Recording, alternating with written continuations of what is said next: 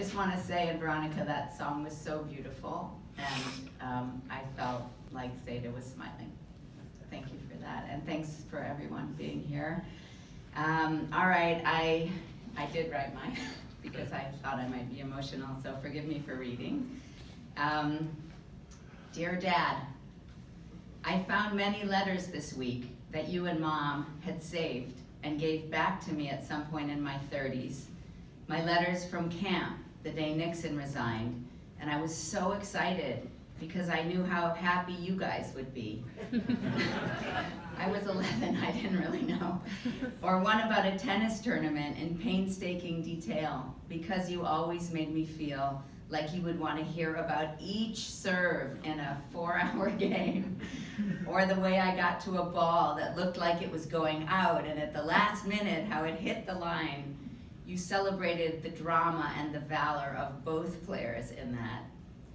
And when I wrote I had lost, I knew I should describe how I'd gone up to the net to shake hands with my enemy, because that would make you smile even more than if I'd won. I wrote to ask you to say hi to my gerbils for me in gerbil language. Tiny magenta notes written entirely in made-up words built around squeak sounds. I knew you would actually go do it. And the thought of you enjoying the absurdity of talking to my gerbils in something we had decided was their language, it was perfect. It made me laugh, and I knew you were laughing from far away. And that's how I'm gonna go through the next parts of my life, just knowing you're laughing somewhere. I wrote you from the Soviet Union when I was a college student there, and was excited to tell you I'd seen a statue of Prokofiev. I knew you'd be fascinated by the daily lives of regular people and how they dealt with oppression. And also, I knew you were smart enough to decode my descriptions, which were veiled, so my letters would make it through the censors. Basically, writing to you and Mom was like writing to myself. No one cared about the minutia of my life as much as you guys. No one else was smart enough to read between the lines or to want to. So I thought I'd write you one more letter. Dear Dad, thanks for teaching me how to ride a two-wheeler. I remember you first loosened the training wheels so I would wobble from side to side to get used to the feeling of being unsupported and learn how to distribute my weight and recalibrate my balance on my own when I started to tip. Then you took the wheels off and you ran behind me, holding the back of my Schwinn, that's a bike, yelling, "Good, Angie, keep pedaling, steady your hands." A few times you let me almost fall, catching me at the last minute, probably wrenching your back, though you didn't let on. So I would be able to self-correct and learn how to balance and catch myself as I went. I don't know how you followed me running for so long on those uneven sidewalks on Forest Avenue. And eventually you would let go entirely, still running after me though, and talking to me so I didn't get nervous. For a whole day like that, dripping with sweat. I remember you often with sweat-drenched t-shirts. You were happy that way, and very comfortable, and even joyous in the earthiest of bodily functions. Back and forth on that Schwinn to Bakersfield and the lake, until you let go for good one time, and you shouted, "You're doing it! Have a great ride! See you back at home." And while I'm on wheels, thanks, Dad, for being much cooler than all the other parents, Carla and Jeannie's parents, and teaching me to drive stick on your Fiat. And thanks for being the coolest parent in general. Gorgeous, talented, brilliant, funny and fun, a great listener, a gatherer of people, a lover of children and adventure and games, fully at home in your body and suave. In general, you behaved like a man from a warm climate, not some kid from the Pale of Settlement who grew up sharing shoes with his brothers during the Depression. Thanks for taking me canvassing with you for Eugene McCarthy for president when I was 5 and 6.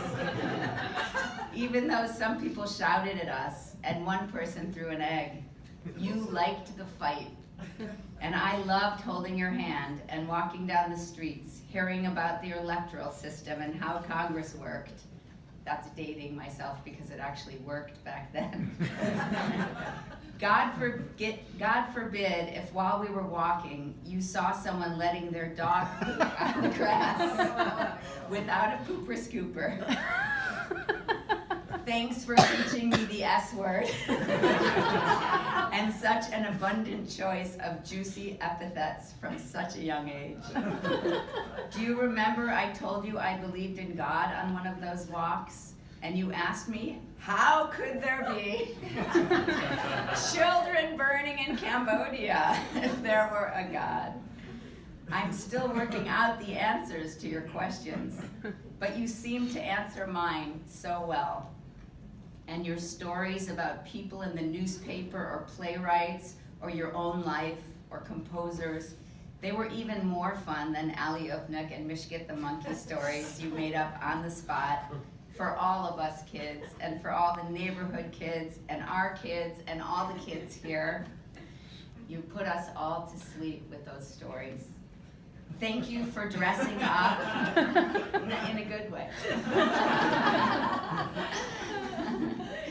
Thank you for dressing up as the Tooth Fairy in Mom's blue nightgown. Do you remember? And singing Brahms with a funny face as you flitted in, holding some kind of wand you'd made, making sure I was gently awakened to see you, so I get it, that there wasn't really a Tooth Fairy. But still I got the $1 and a kiss on my forehead. Your atheism allowed for the gorgeousness of human invention. You somehow managed to talk to me, and probably everyone close to you, like an adult, but in kids' tones. Just the right levels for each age and person. So I could absorb concepts and facts a bit beyond my years or current parameters, but I never felt destabilized. You were a perfect teacher. And when you tilted your head back and savored something I'd said and laughed with your eyes closed, that made me feel like the center of the universe. Thank you, Dad, for delighting in conversations with other people, for being curious about their lives, for genuinely valuing their unique experiences, their accents, their ideas, for being abundantly enchanted by every person you met, connecting with people across the abyss. You did that gesture. As you later spoke about it, and as it informed your composition connections. That was your food. Thank you for teaching me not only to love the stranger, but to love strangers and the strange. Eliza, the newest member of our family, Zohar's wife, sent me some Jewish sources a few weeks back to help me with a work assignment. Dad, I thought you'd like this one from the Talmud. Our rabbis taught, if one sees a crowd, he says, blessed is the one who discerns secrets. For the mind of each is different from that of the other, just as the face of each is different from that of the other. Thanks for modeling for me elated enthusiasm for the beauty and uniqueness of each human being. Thanks for showing me that wrapping your mind around other people's ideas is an opportunity for growth, for savoring creativity, and for expanding compassion and joy. Thanks for delighting in the vastness of the universe, for knowing its hugeness and splendor mathematically. You may have been an atheist, but your wonder for the world and for humanity's potential sure made a believer of me. I picture you now at the Hallmark, already a bit diminished, with Georgiana by your side, kissing you and smoothing your hair, with New Yorker articles open on every surface, and songbooks from Rodgers and Hammerstein to Cole Porter open on your piano. And I remember a conversation we had about ants. You had been reading an article in Scientific American about ants and how they formed long lines of thousands of ants when a flood would come. And maybe it was just a little rain, but for them a puddle was a flood. And you felt like an ant when you told the story. And you talked about how each ant would come together to build a bridge over the water so that other ants could climb on top and form an even longer bridge so that more ants, thousands, could crawl on top of them and cross to safety. You laughed your gut laugh, and you leaned forward with such delight and summed it up. A fucking pontoon! Millions of ants lining up for the good of their species continuation to form a fucking pontoon. Jesus! So, Dad, I don't think this is my last letter to you, because somehow I feel you rooting for me and for all of us, ever eager for a talk, and it's as if you were behind me holding my two-wheeler.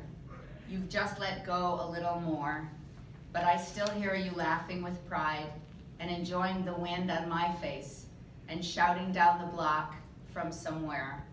You're doing it. Have a great ride. See you back at home.